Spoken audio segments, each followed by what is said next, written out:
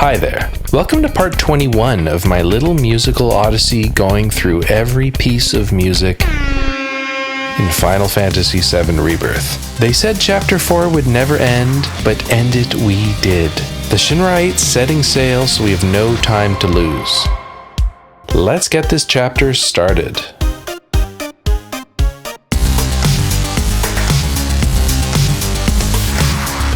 The surviving members of Avalanche, a flower girl, and a lab rat have successfully snuck aboard the wonderfully decadent Costa del Sol bound Shinra 8. The chapter's opening cutscene and accompanying soundtrack set the relaxed pace you can expect for the opening 3/4 of our voyage across the sea.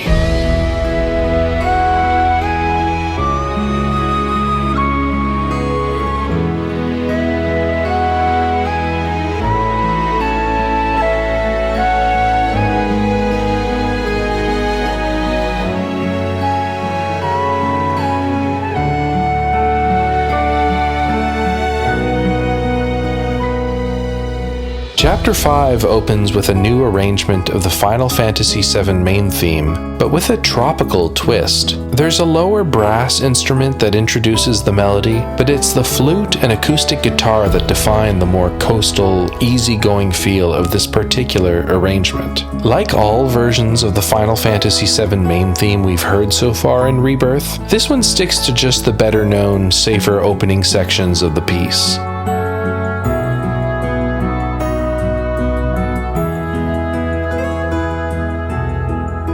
It tosses the darker and tonally more dynamic passages by the seaside.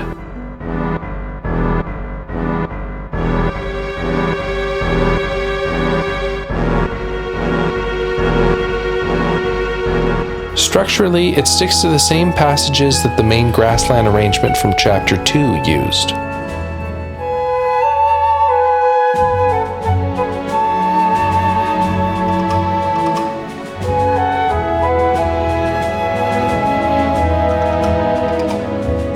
So while structurally there isn't anything new or original about this arrangement, the choice of instruments gives it a different feel from the other main theme of Final Fantasy VII tracks we've heard so far. The pace of it admirably matches its accompanying scenes, such as the cast and secondary characters stretching and relaxing on the deck.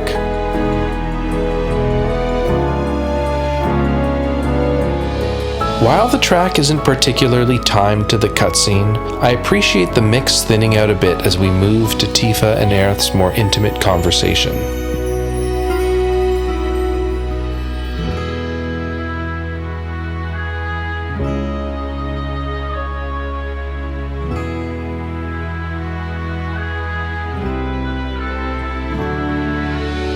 Things feel, at least for now, light and trivial.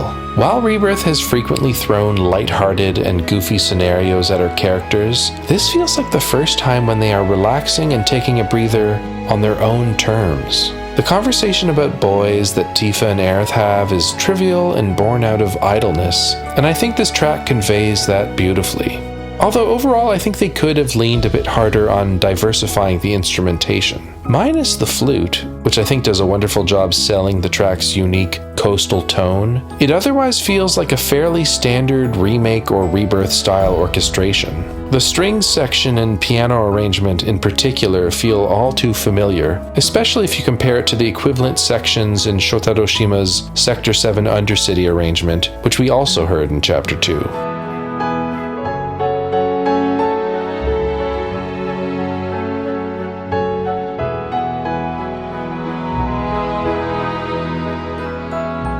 Tonally, these two tracks feel more similar than they need to be, especially since the solution to the problem doesn't require addition, but subtraction. This Chapter 5 track has a more interesting arrangement, hiding within itself. For example, I love the sometimes barely audible organ layer that plays throughout. You can hear it a bit more clearly at this point here.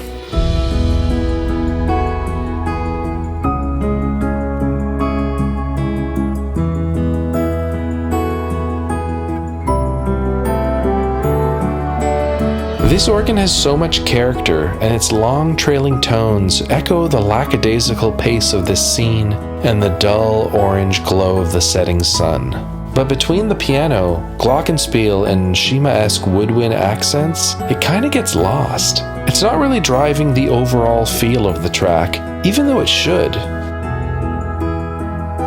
Similarly, I think the acoustic guitar might have had more character if it had been a nylon string guitar or a ukulele instead of the more standard brass string guitar. But that too would likely have been lost in this dense mix, since the strings dominate the mids and lows. Hence, the brighter timbre of the brass string guitar was needed to cut through the mix, even if it is geographically more generic and less evocative of the mood and genre that the track and scene are going for. A nylon stringed instrument would also have felt more consistent with the tone of the preceding track at the end of the last chapter, which concluded with a solo nylon string guitar.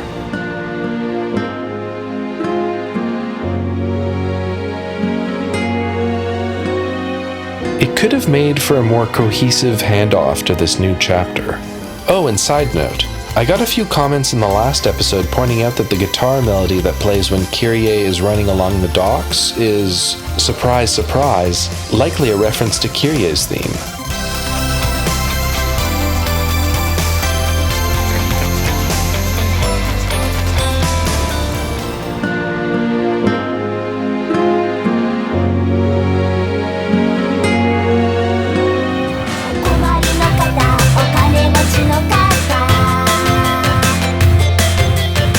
When trying to get to the bottom of it, my first guess had been Kyrie, but I hadn't actually heard the connection until I read these comments, so thank you.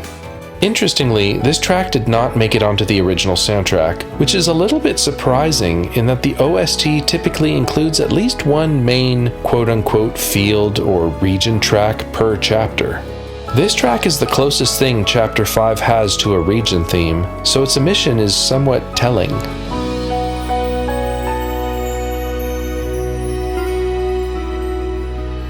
All told, this is a very pleasant and appropriate arrangement of the FF7 main theme, but I think a more minimalist arrangement would have given it more character and helped it stand out more. It might even have led to its inclusion on the soundtrack. I'm sure we could have made space on the OST if we needed to.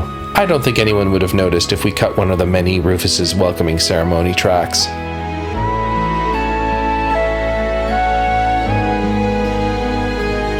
Last thing I want to touch on is the decision to use another variation of the FF7 main theme instead of the unique theme that plays during the sequence in the original game.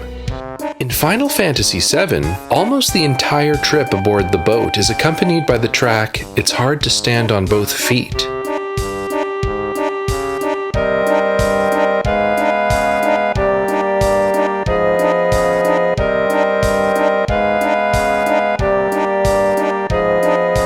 This is a fantastic track that feels goofy, dark, and grimy. Hearing it out of context, it's easy to imagine it plays in Midgar. With its ska-ish backbeat emphasis, it has a lot of parallels with tracks like Wall Market's The Oppressed, not to mention the shared melody.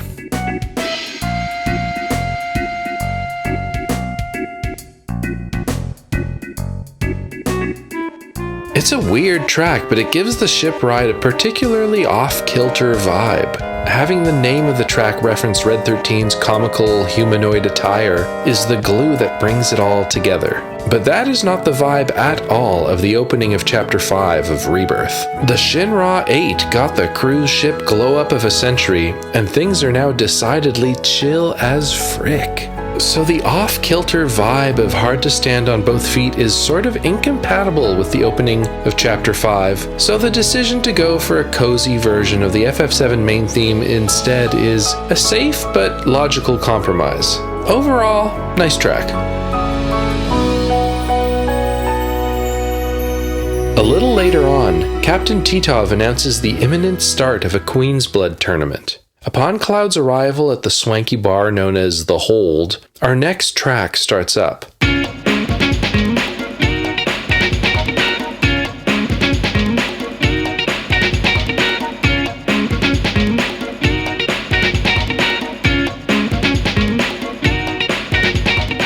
This is Queen's Blood Jam Session, and that's one heck of an appropriate name.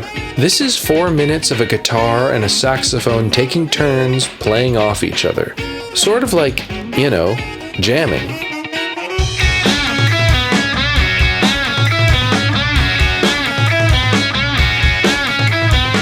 We've got a drummer, bassist, and organist alternating between 2 chords for the duration of the track, with only one brief key change in the middle.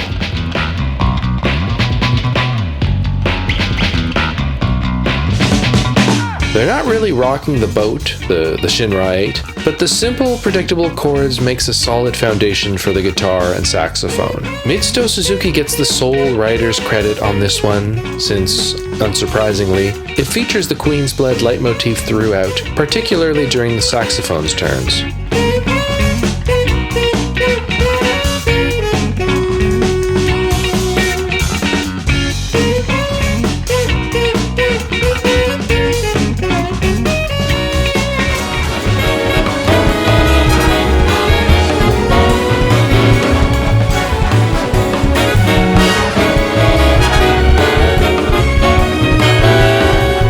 This track was arranged by Mitsuto Suzuki and Tsuyoshi Sekito. We touched on Sekito all the way back in part 9 of my series, when he had a similar arrangement pairing with Mitsuto Suzuki on another Queen's Blood track.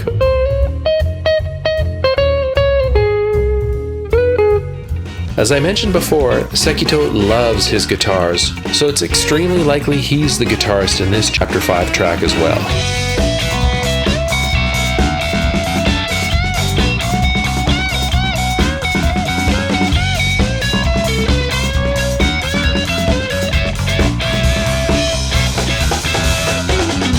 However, divining which saxophonist he's playing off of is a much harder affair. There are many sax performances in Rebirth, but neither the credits nor the soundtrack liner notes break down who plays what on a per-track basis. So as a result, all you get is a broad list of saxophonists who perform on Rebirth. You could make some deductions and educated guesses as to who it could be, but ultimately you can't know for sure. Either way, some fantastic solos in there.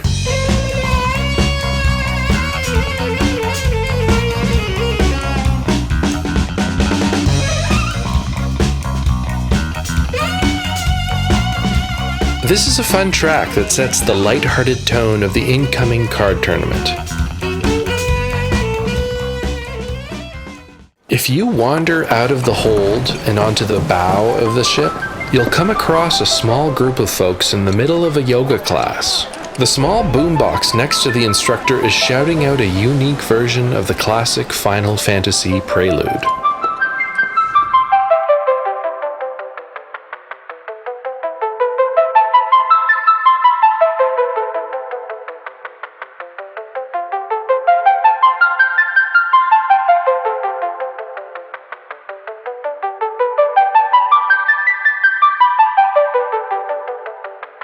We've heard the prelude a couple times now.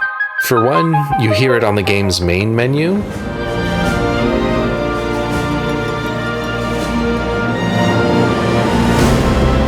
But that was just a remake track. We also heard a brief reference to it in the ending of one of the tracks from the prologue.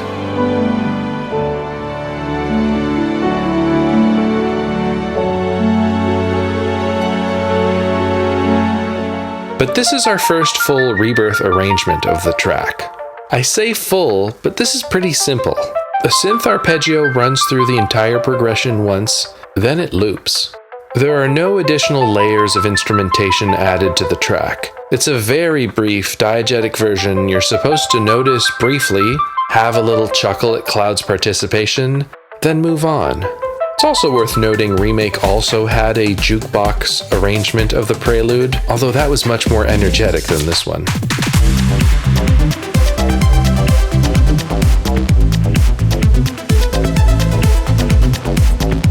Yeah, that one doesn't really match the hyper-relaxed yoga session on a cruise ship vibe we're going with at the moment. Once Clouds de-stressed himself a bit, it's time to start the Queen's Blood tournament. What follows is an extremely impressive collection of jazz-tinged tracks by another new Rebirth arranger, but there's a lot to say about him and his tunes, so I'm going to save those for part 22. Yeah, I know, that makes for a bit of a short episode, but my summer continues to be very busy, so I'd rather keep these short if it means I can actually get an episode or two out this month. Afterward, we'll get back to a steadier routine. I appreciate your patience in the meantime. Speaking of appreciating your patience, if you haven't watched the stunning conclusion to Midgar Mysteries, you can catch it on my channel right now.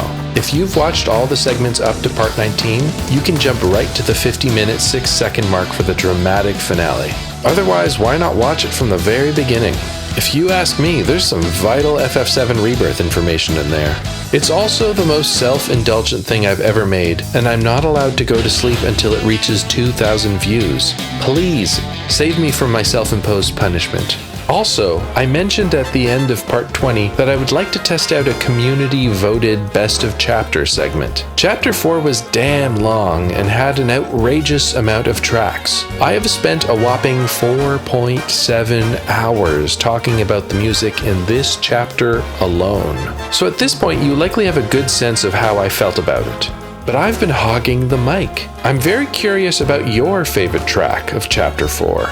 If you leave a comment on this video with the name of your favorite track, I'll tally up the results and, assuming folks actually participate in this initiative, I'll announce the community pick for Chapter 4's most loved track at the end of the next episode. You're welcome to just leave a comment with your favorite track's name, or if you want to go the extra mile and explain why it's your pick, all the better. I may or may not include some of your explanations in the episode as well.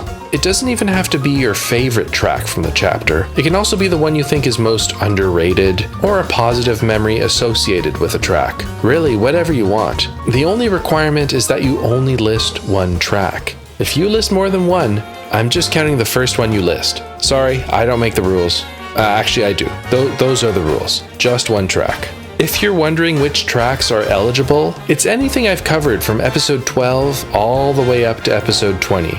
So from the moment you step out of the Mithril Mine all the way to sneaking aboard the back of the Shinra 8. Those are the boundaries.